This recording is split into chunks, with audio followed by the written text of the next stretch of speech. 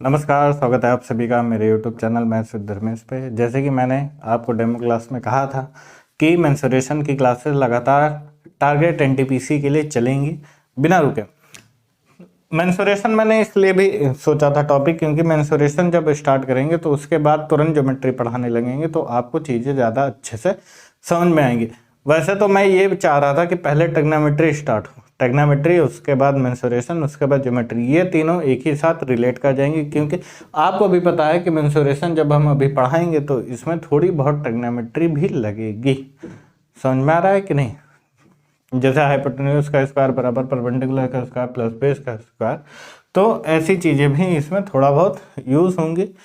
Sine theta अपन cos theta वगैरह वगैरह, sine rule cosine rule, ये सब भी इसमें लगेगा ही लगेगा। तो मैं कोशिश नहीं, मैं चाह रहा था कि पहले ट्रिग्नोमेट्री स्टार्ट हो, लेकिन क्योंकि डिमांड मेंसुरेशन आपकी एडवांस की ही ज़्यादा थी तो मैंने सोचा एडवांस से ही आपकी शुरू किया जाए। तो मेंसुरेशन में आपको पता है कि मेंसुरेशन 2D और 3D दो पार्ट में हम लोग पढ़ेंगे। 2D में आपको पता है 2 डायमेंशनल, यानी कि जिसमें लेंथ और ब्रेथ होती है उसे हम कहते हैं 2 डायमेंशनल फिगर। जिसमें लेंथ ब्रेथ और हाइट तीनों चीज़ें होती हैं उसे हम कहते हैं 3 डायमेंशनल फिगर। सबसे पहले मेंसुरेशन में दो चीज़ें आप जान लीजिए, दो ही चीज़ों का ज़्यादातर काम है अभी 2D में। मेंसुरेशन हम स्टार्ट कर रहे हैं क्या 2D, पहले क्या स्टार्ट करेंगे 2D, ठीक है। अरे बाप रे बाप, ये देख रहे हैं, ये बड़ी समस्या है इसमें।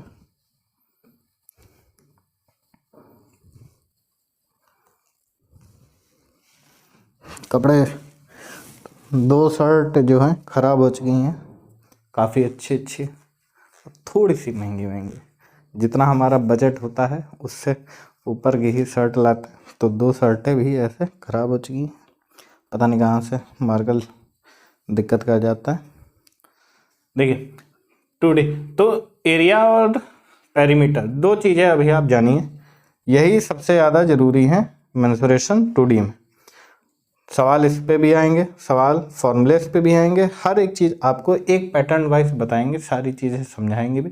सारे फॉर्मूले ड्राइव करके नहीं दिखा पाएंगे, लेकिन अगर कोई चाहता है कि उसे फॉर्मूले का पूरा डेरिवेशन मिले तो वो मुझे पर्सनल मैसेज कर सकता है मेरे व्हाट्सएप पे 9169528642 पे। मैं उसे पूरा डेरिवेशन समझा के बाकायदा वीडियो रिकॉर्ड करके भेज दूंगा। सारे बच्चों को नहीं चाहिए होगा, क्योंकि उन्हें पता है कि पेपर में ये सब पूछा नहीं जाता है, ना ही इसकी कोई ज़रूरत होती है। देखिए क्षेत्रफल एरिया क्या होता है, ये इंग्लिश मीडियम बच्चों के लिए मैंने लिख दिया है, हिंदी मीडियम के लिए मैं बोल दूंगा। The area of figure is the number of unit squares that cover the surface of a closed figure. किसी भी ज्यामितीय आकृति या भुजाओं या सीमा द्वारा घिरे हुए क्षेत्र या फिर तल को उसका क्षेत्रफल कहते हैं। जैसे कि ट्रायंगल ही ले लीजिए, तो ये क्या है, 3 साइड से घिरा हुआ है, ठीक। तो ये जो क्षेत्र है, ये जो क्षेत्र कवर होगा इसे हम क्या कहेंगे, एरिया कहेंगे, क्षेत्रफल कहेंगे। समझ में आ रहा है? हिंदी मीडियम वाले लिख लें, मैं बोल देता हूँ। किसी भी ज्यामितीय आकृति, किसी भी ज्यामितीय आकृति की भुजाओं या सीमा द्वारा घिरे हुए क्षेत्र या तल के उस आकृति का के तल को उस आकृति का क्षेत्र या क्षेत्रफल कहते हैं। अब देखिए पेरीमीटर परिमाप क्या होता है। The perimeter of a shape is defined as the total length of its boundary. जैसे मान लीजिए ये है कोई पार्क है, ठीक है, तो इस पार्क का ये जो होगा इसको हम कहेंगे एरिया। दोनों चीज़ें बता देते हैं। अब यहाँ पे बाउंड्री की बात की जा रही है, तो ये जो बाउंड्री यहाँ पे टोटल है इसे हम कहेंगे पेरीमीटर या फिर परिमाप। ऐसे समझ लिया, अगर इसे ए बी सी और डी नाम दे तो ये ए से लेके बी प्लस बी से लेके सी प्लस सी से लेके डी प्लस डी से लेके ए, जैसे ये 4 है, ये 3 है, ये 2 है और ये 1 मान लेते हैं। तो 4 3 7 दोनों 1 10 10 इसका क्या आ जाएगा, पेरीमीटर आ जाएगा। अभी इसको रेक्टेंगल मत मानिए, समझ में आ रहा है? एक मोटा मोटा समझाने के लिए केवल डायग्राम बना रहे हैं कि परिमाप क्या होता है। रेक्टेंगल समझ के उसको ना कर दीजिएगा, समझ में आ रहा है? फिर आप कहेंगे सर सामने की साइडें क्या होती है, बराबर होती है रेक्टेंगल। रेक्टेंगल नहीं बनाया है, केवल एक सिंपल डायग्राम बनाया है समझाने के लिए कि परिमाप क्या होता है। कोई भी फिगर की सारी बाउंड्रीज का जो योग होता है उसे हम क्या कहते हैं, परिमाप कहते हैं। नोट कर लीजिए जल्दी से। हिंदी मीडियम वाले लिख लें कि किसी भी ज्यामितीय आकृति की कुल सीमाओं का योग ही क्या कहलाती है, परिमाप कहलाता है। कुल सीमाओं की लंबाई या फिर उनका योग क्या कहलाता है, परिमाप कहलाता है। हो गया, इसको रफ कर देते हैं अभी।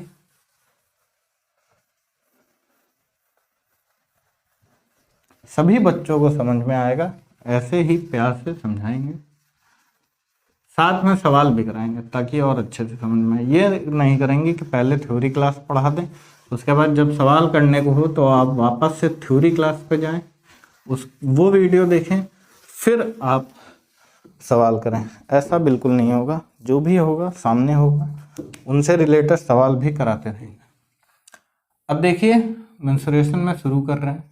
सबसे पहले क्या, ट्रायंगल। एक सिंपल आपको बताते हैं ट्रायंगल में, जैसे नंबर 1 पे स्केलियन ट्रायंगल, लीन ट्रायंगल, इसका साइन बना दे रहे हैं। विषम बाहु त्रिभुज, विषम बाहु त्रिभुज, ठीक, त्रिभुज। दूसरा आइसोसेलेस ट्रायंगल, समद्विबाहु त्रिभुज।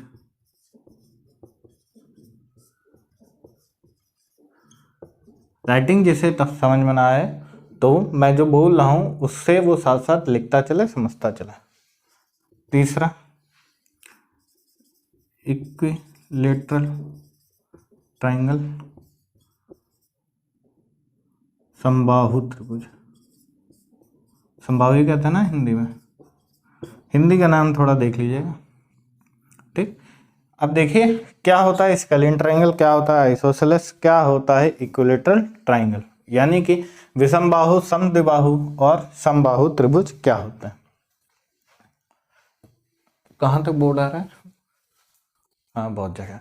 देखिए स्केलियन ट्रायंगल यानी कि जिसकी तीनों साइडें क्या हों, अलग अलग, एक्स वाई जेड, या फिर एक्स वाई जेड की जगह अगर हम माने 1 2 3 मान लीजिए, ए बी सी, ठीक। अच्छा ये सब चीजें तो नहीं बतानी है कि यह ट्रायंगल है तो इसे हम कहेंगे साइड, इसे हम कहेंगे एंगल, ये सब सारी चीजें भी बतानी है। वर्टेक्स, दो कोनों को जो जोड़ती है उसे हम कहते हैं क्या, वर्टेक्स, ये सब तो नहीं बताना है।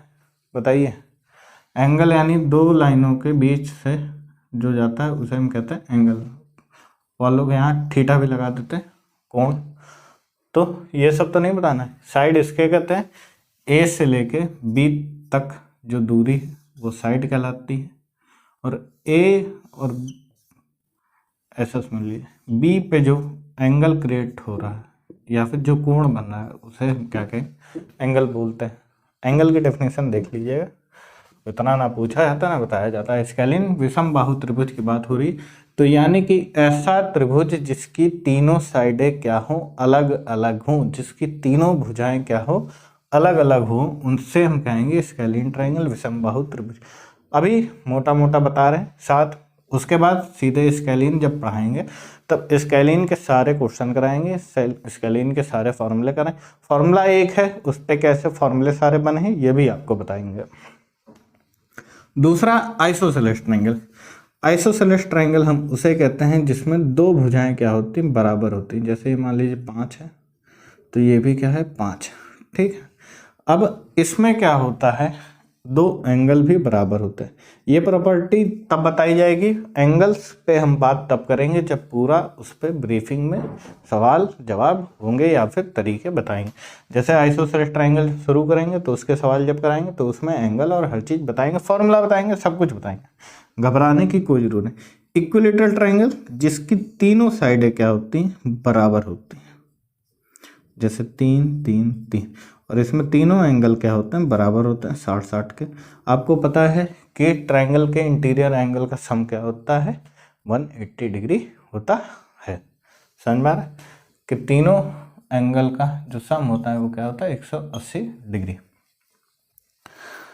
तो ये इक्विलेटरल ट्रायंगल होगा। अब जो ट्रायंगल दूसरे प्रकार से या फिर कोण के आधार पर कह लीजिए जो पूछे जाते हैं उन्हें क्या कहते हैं, जैसे नंबर 1 पे आता है एक्यूट, क्यूट नहीं एक्यूट एंगल ट्रायंगल, हिंदी में इसका नाम देख लीजिएगा, हिंदी में क्या नाम है। एक्यूट एंगल ट्रायंगल का मतलब होता है कि जिसमें थीटा क्या होता है, स्मॉलर देन 90 डिग्री होता है। यानी कि कोई भी कोण क्या हो, तीनों कोण, एक कोण नहीं तीनों कोण, इस ट्रायंगल में तीनों कोण क्या हो, 90 डिग्री से क्या हो, छोटे हों, उन्हें हम क्या कहते हैं, एक्यूट एंगल ट्रायंगल कहते हैं। समझ में आ गया। दूसरा क्या होता है, राइट एंगल ट्रायंगल। बहुत लोग राइट एंगल ट्रायंगल इसमें बता देते हैं, लेकिन इसमें नहीं, वो इसी में आएगा कि जिस ट्रायंगल का एक एंगल क्या होता है 90 डिग्री हो, उसे हम क्या कहेंगे, राइट एंगल ट्रायंगल कहेंगे। 90 डिग्री, एक एंगल क्या होना चाहिए, 90 डिग्री होना चाहिए, वो ट्रायंगल कहलाएगा हमारा राइट एंगल ट्रायंगल। तीसरा क्या होता है, obtuse angle triangle. Obtuse angle triangle जिसमें जो थीटा हो वो क्या हो, 90 डिग्री से बड़ा हो, ये मान लीजिए 100 या 108 degree, theta is greater than 90 degree. 90 degree से जब एक एंगल 90 डिग्री से बड़ा हो जाए, अब एक एंगल जब 90 डिग्री से बड़ा है तो जाहिर सी बात है दो क्या होंगे, 90 डिग्री से छोटे होंगे। एक ऑब्ट्यूज होगा, दो एक्यूट होंगे, इसमें एक राइट एंगल होगा, दो एक्यूट होंगे, इसमें तीनों क्या होंगे, एक्यूट होंगे। तीनों 90 डिग्री से क्या होंगे, छोटे होंगे। जैसे इक्विलेटरल ट्रायंगल 60 60 60 डिग्री के होते हैं, 60 60 60, तो तीनों क्या है 90 डिग्री से छोटे हैं, तो एक इक्विलेटरल ट्रायंगल को हम एक एक्यूट एंगल ट्रायंगल भी बोल सकते हैं। वैसे ही ऑब्ट्यूज एंगल ट्रायंगल एक 90 डिग्री से बड़ा होगा, दो क्या होंगे, एक्यूट एंगल होंगे। समझ में आ रहा है। दो एक एंगल या फिर theta is greater than 90 degree, then the triangle is called obtuse angle triangle। Note कर लीजिए इतना, जिसको नोट करना हो, वरना कायदे से एकदम क्लास चलेगी, घबराने की बिल्कुल जरूरत नहीं है। ये पता नहीं कैमरे में क्या दिक्कत हो गई, ब्लर लगता है हल्का सा हम ही को। जगह चेंज हुई तो यहाँ पे नेचुरल लाइट नहीं है, तो इसकी भी दिक्कत हो सकती है। लाइट का बंदोबस्त करेंगे बहुत जल्दी। यहाँ पे जो एकदम लाइट लगती कैमरे के पास, वो वाली लाइट लेके आएंगे रिकॉर्डिंग के लिए। किसी भी चीज़ की टेंशन लेने की ज़रूरत नहीं है। जिसको भी नोट करना हो वो नोट कर लीजिए। शुरू करेंगे ट्रायंगल, उसमें सबसे पहले स्केलिन ट्रायंगल, विषम बाहु त्रिभुज। ट्रायंगल में हमने क्या जाना अभी, स्केलिन ट्रायंगल, आइसोसेलेस, इक्विलेटरल, यही भी पढ़ने की जरूरत है। एक्यूट, राइट, ऑब्ट्यूज, ठीक। बाकी ज्योमेट्री में फिर सारी चीजें हम आपको बताएंगे, हर चीज। माध्यिका का क्या काम होता है, इन सेंटर, ऑर्थो सेंटर क्या होता है, हर एक चीज आपको बताएंगे। समझ में आ रहा है।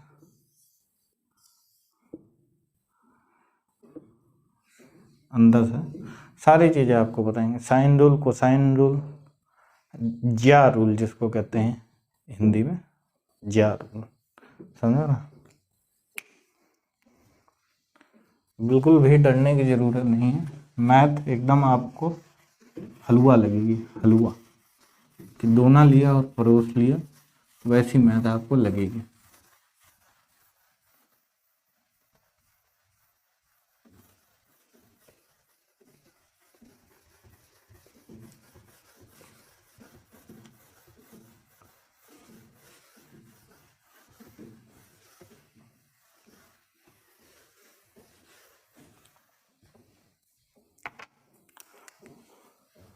शुरू करते हैं, बात करेंगे पहले ट्रायंगल्स में। किसके? स्केलियन ट्रायंगल, यानी कि विषम बाहु त्रिभुज। ठीक,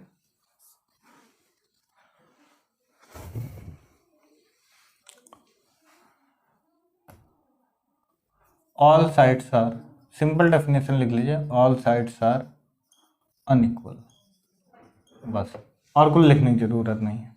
सिंपल और सरल डेफिनेशन लिख लीजिए। वैसे त्रिभुज जिसकी तीनों भुजाएं क्या होती है, अलग अलग होती हैं, उसे हम कहते हैं विषम बाहु त्रिभुज। या फिर ऐसी आकृति जिसकी कोई भुजा क्या हो, समान ना हो, उसे हम कहेंगे विषम बाहु त्रिभुज। ऑल साइड्स आर अनइक्वल, देखिए ए बी सी। ठीक, तो मान लीजिए 6 7 9। ठीक, ये क्या है अपना एक ट्रायंगल है जिसकी तीनों साइडें क्या हैं, अनइक्वल हैं, एकदम क्या है, अलग अलग या फिर समान नहीं। अब इसमें जो फॉर्मूला लगेगा एरिया का, पेरीमीटर का, उस पे ध्यान दीजिए। वो क्या होगा, एरिया के लिए यहाँ पे लगता है हीरोन्स फॉर्मूला, आप सब लोग जानते होंगे। पेरीमीटर के लिए सिंपल होता है A B plus B C plus C A, यानी कि sum of all sides in of a triangle is called perimeter of a triangle. Simple formula यहाँ लगता है, देखिए ये कोई मान लीजिए ट्राइंगल है, इसकी ये कोई हाइट है, ठीक, ए बी सी और डी। ठीक, तो जो बेसिक एक फॉर्मूला एरिया का दे दिया गया है, हाफ बेस इंटू हाइट, पूरा लिख देते हैं, हाफ बेस इंटू हाइट। ठीक, ये हाइट है, ये पूरा क्या है, बेस, बी सी, केवल बी डी मत लीजिए, पूरा लीजिए बी सी। तो ये क्या है, एक एरिया का फॉर्मूला है, या फिर ऐसा कह लीजिए एरिया ऑफ अ ट्राइंगल है कि हाफ आधार, हिंदी में लिख देते हैं आधार गुणे ऊंचाई। ठीक, ये इतना पहले नोट करिए, आधार गुणे क्या होता है, ऊंचाई।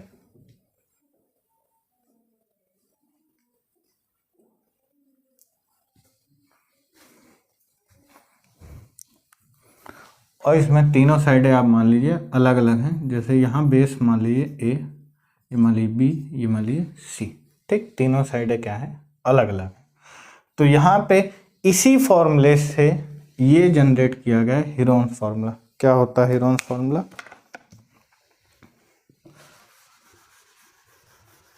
बहुत ध्यान से समझिएगा। जैसे हमने साइड मानी ए बी सी साइड, ठीक, तो एरिया के लिए अपना स्केलियन में हीरोन्स फॉर्मूला यूज करते हैं। क्या होता है, अंडर रूट बाहर एस, अभी एस बताया जाएगा क्या होता है, S, S minus A, S minus B, S minus C.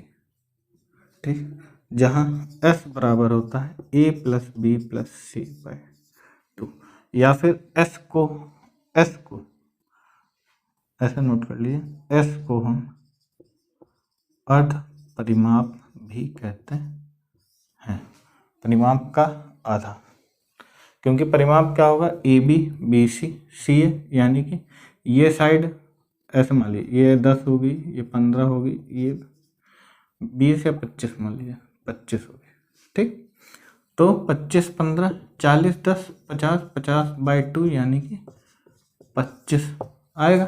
ठीक, तो 50 क्या होगा, परिमाप होगा पूरा। 25 प्लस 15 प्लस 10 क्या होगा, परिमाप होगा। A B plus B C plus C, वो क्या होगा, परिमाप होगा। तो एस को हम क्या कहते हैं, अर्ध परिमाप भी कहते हैं। नोट कर लीजिए, हाफ पेरीमीटर, अर्ध परिमाप लिख लीजिए आप, हाफ पेरीमीटर, अर्ध परिमाप, जहाँ s बराबर है a plus B plus C by 2। जैसे यहाँ हमने माना 25 15 और 10, तो यहाँ पेरीमीटर की जब बात की जाएगी, ध्यान दीजिएगा, तो ए बी सारी बाउंड्रीज किसी भी आकृति की कुल भुजाओं का योग या फिर कुल लंबाई, इंग्लिश में क्या कहते हैं, the sum of all boundaries of a figure A B plus B C plus C है। तो ए बी कितना है, तो 25, बी सी है 10 प्लस 15 यानी कि 50, और एस क्या होता है, A plus B plus C by 2 यानी कि 50 बटे 2, तो क्या आ जाता है, अर्ध परिमाप आ जाता है 25। इस पे अभी तुरंत सवाल करके दिखाएंगे ताकि आप लोगों को और अच्छे से समझ में आए। ये फॉर्मूला नोट कर लीजिए, इसी फॉर्मूले को नाम दिया गया है Heron's formula, S S minus A S minus B. और ये formula half base into height से मैं जनरेट करके दिखा सकता हूँ। Open challenge for all students, all student का हर कोई कर सकता है, बस एक बार पढ़ ले समझ ले, हर एक बंदा कर सकता है, इसमें कोई बड़ी बात नहीं है। नोट कर लिए इतना, फटाफट नोट करिए, फटाफट आगे बढ़िए, फटाफट पढ़ते रहिए।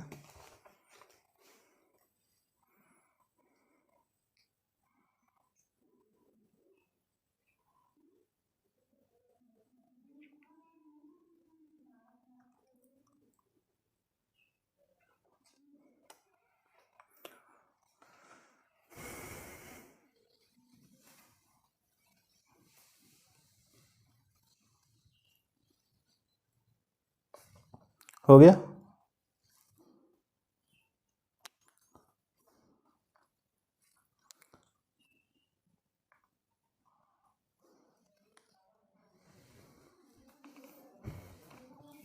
अब देखिए यहीं पे बात आती है, दो फॉर्मूले और नोट कर लीजिए।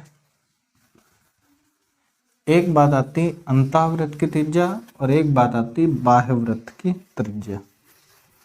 जब ट्रायंगल में सर्किल या फिर ट्रायंगल के बाहर सर्किल बना दिया जाए, देखिए जैसे ऐसे करके बना दिया जाए, ठीक है, इसको रफ कर दीजिए, और जब बात की जाए ऐसे, तब ठीक, तो ये आर होगी, आप सबको पता है, ये यहाँ पे आर होगी, ठीक। तो फॉर्मूला लिखिए, अंतःवृत्त की त्रिज्या, रेडियस ऑफ इन सर्किल, और बाह्य वृत्त की त्रिज्या। अंतःवृत्त के लिए ये लगेगा, बाह्य वृत्त के लिए ये लगेगा।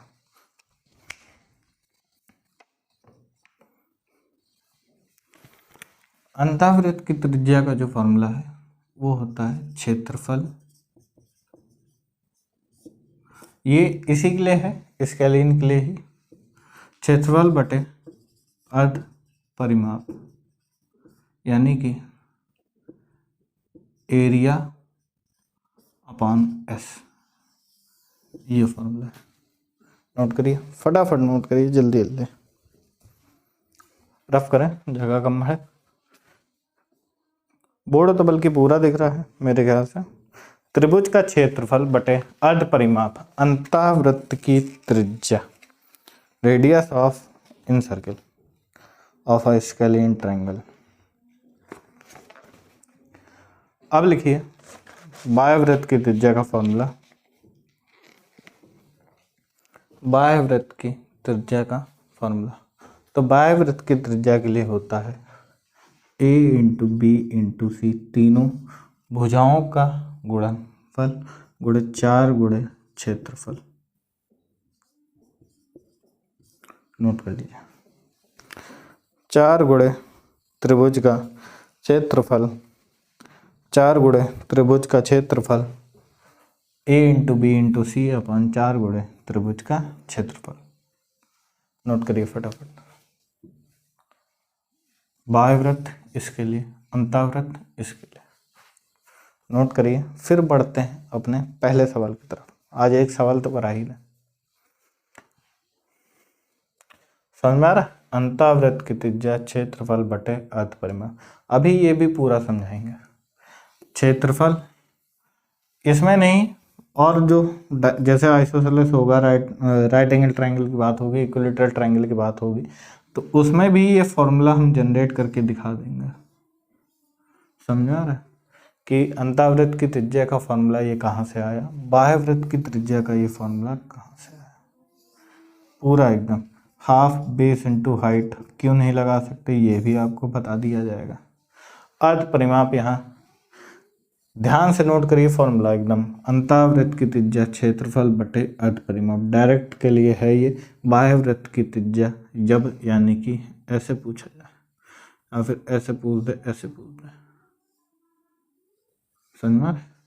तो a इंटू बी इंटू सी, जहाँ a और b और c क्या है, साइड है। 4 गुणे त्रिभुज का क्षेत्रफल, जितना भी क्षेत्रफल होगा उसका 4 गुना कर देना है। तो क्या आ जाएगा, त्रिभुज का बाह्यवृत्त की त्रिज्या निकल के आ जाएगी। नोट करिए इतना। पहले क्वेश्चन की तरफ बढ़ेंगे फटाफट। देखिए पहला सवाल दिख रहा है, लाइट यहाँ लगानी ही पड़ेगी अब। एक त्रिभुज की भुजाएं 28, 24 तथा 12 है। उस त्रिभुज का क्षेत्रफल तथा सबसे बड़ी भुजा पर शीर्ष से डाले गए लंब की लंबाई क्या होगी। सबसे बड़ी भुजा पर, बहुत ध्यान से सवाल पढ़ा करिए, बात कर रहा है सबसे बड़ी भुजा पर। तो देखिए यहाँ पे दो फॉर्मूले या फिर दो तरीकों से सवाल लगेगा। पहले आपको मैं डायग्राम बना के दिखा देता हूँ, बहुत लोग डायग्राम नहीं बना पाएंगे, गलत बना देंगे। सबसे बड़ी भुजा, तो इसको 28 मान लीजिए, क्योंकि सबसे बड़ी भुजा पर ही डाले गए लंब की लंबाई पूछ रहा है, यानी कि h, height A B C. अब इसको 24 ले लीजिए, इसको क्या ले लीजिए, 12। अब देखिए सबसे पहले हमें त्रिभुज की भुजाएं, जब इसकी हाइट निकालनी होगी वो हाफ बेस इंटू हाइट से ही निकलेगी, और हाइट हमें निकालनी है तो हमें क्षेत्रफल चाहिए होगा। तो सबसे पहले हम एरिया निकालेंगे किसका, स्केलियन ट्रायंगल का। तीनों भुजाएं क्या है, अलग अलग हैं। तो स्केलियन ट्रायंगल के लिए सबसे पहले एस निकालना होगा। एस क्या आएगा हमारा, 24 + 12 + 28 बटे 2। समझ में आ गया? बताइए कोई दिक्कत है यहाँ पे? ये 40 हो जाएगा, और 40 और 24 64/2 यानी कि 32। एस हमारा क्या आ जाएगा, 32। तो एरिया के लिए फॉर्मूला लगा देंगे, तो यहाँ 32 हो जाएगा। 32 - 24, यहाँ एक बार आपको फॉर्मूले लगा देते हैं। S, S minus A, S minus B, S minus B, S minus C. ठीक, आगे देख लीजिए।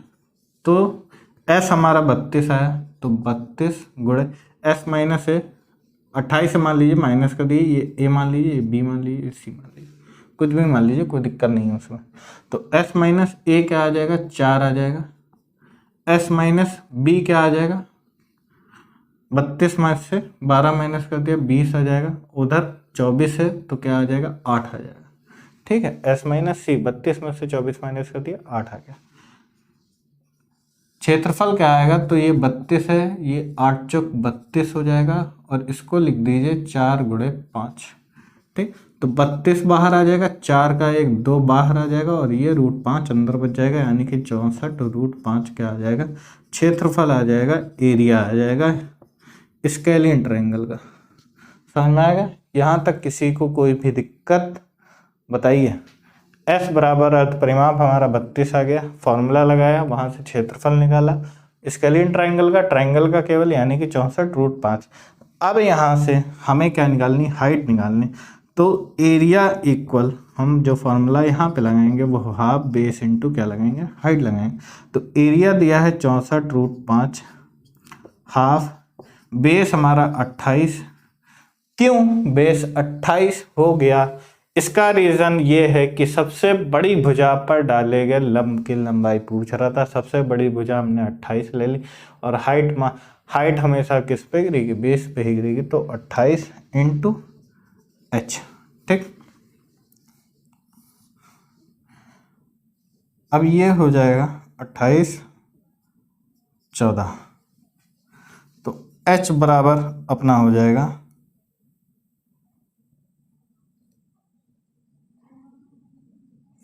कुछ गड़बड़ हो गया क्या, नहीं सही, 64/14√5, यानी कि h बराबर 32/7√5। यही क्या है सवाल का आंसर, नोट कर लीजिए। 32/7√5 इस सवाल का आंसर, यानी कि the height of the question is 32/7√5। एक त्रिभुज की भुजाएं 28, 24 तथा 12 सेंटीमीटर है। उस त्रिभुज का क्षेत्रफल तथा सबसे बड़ी भुजा से शीर्ष पर डाले गए लंब की लंबाई ज्ञात करनी थी। तो सबसे पहले हमने देखा कि ट्राइंगल की तीनों साइडें क्या हैं, अनइक्वल हैं, यानी कि तीनों समान नहीं हैं।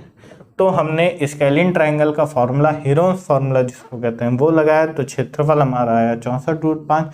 पुनः उस ट्राइंगल में हमने फॉर्मूला लगाया, तो सबसे बड़ी भुजा पर डाले गए लंब की लंबाई पूछा गया था, तो वो बेस हुआ। h बराबर आया हमारा हाइट, यानी कि जो आई लंब की लंबाई जो आई वो आया 32/7√5। ये आया इस सवाल का आंसर। नोट कर लीजिए फटाफट, कितना टाइम हो गया। चलिए आज की क्लास को फिलहाल यहीं पे एंड करते हैं, छोटी क्लास थोड़ी रखते हैं। ब्लर दिख रहा है, इसका सलूशन लेके आएंगे बहुत ही जल्द, शायद आज ही ले आएं। बाकी मिलेंगे आपसे अपने आने वाली वीडियोस में। आज की क्लास आपको कैसे लगी ये आप जरूर कमेंट सेक्शन में बताइएगा। साथ ही अपने दोस्तों से भी शेयर करिएगा कि क्लास ये बेस्ट है आप लोगों के लिए। सारी चीज़ें आपको बेस्ट वे में पढ़ाई जाएंगी, समझाई जाएंगी, सारे फॉर्मूले से आपको बताए जाएंगे, वो तक की फॉर्मूला बताया जाएगा जो अभी तक किसी ने सोचा भी नहीं होगा। ये ही सस्पेंस है हमारी खासियत, ये सस्पेंस है हमारी क्लास का, और आपके लिए ये मेरी खासियत रहेगी कि सर ने इतना सटीक फॉर्मूला बताया जिससे कि डायरेक्ट आंसर आ सके, डायरेक्ट सवाल आ सके। जैसे कि अंतःवृत्त की त्रिज्या, बाह्यवृत्त की त्रिज्या, ये आपने बहुत कम देखा होगा, लेकिन फिर भी मैंने बताया है। इससे सवाल आपसे जल्दी सॉल्व होगा, जल्दी हल होगा। आप ज़्यादा से ज़्यादा वीडियो को शेयर करिए। जो भी एनटीपीसी की तैयारी कर रहे हैं या फिर आरपीएफ एसआई की तैयारी कर रहे हैं, ये वीडियो दोनों के लिए अच्छा है, दोनों के लिए, आरपीएफ एसआई के लिए भी, एनटीपीसी के लिए भी।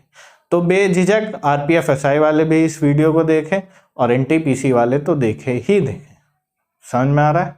मिलेंगे आपसे कल से आने वाली वीडियो में, तब तक के लिए नमस्कार, जय हिंद।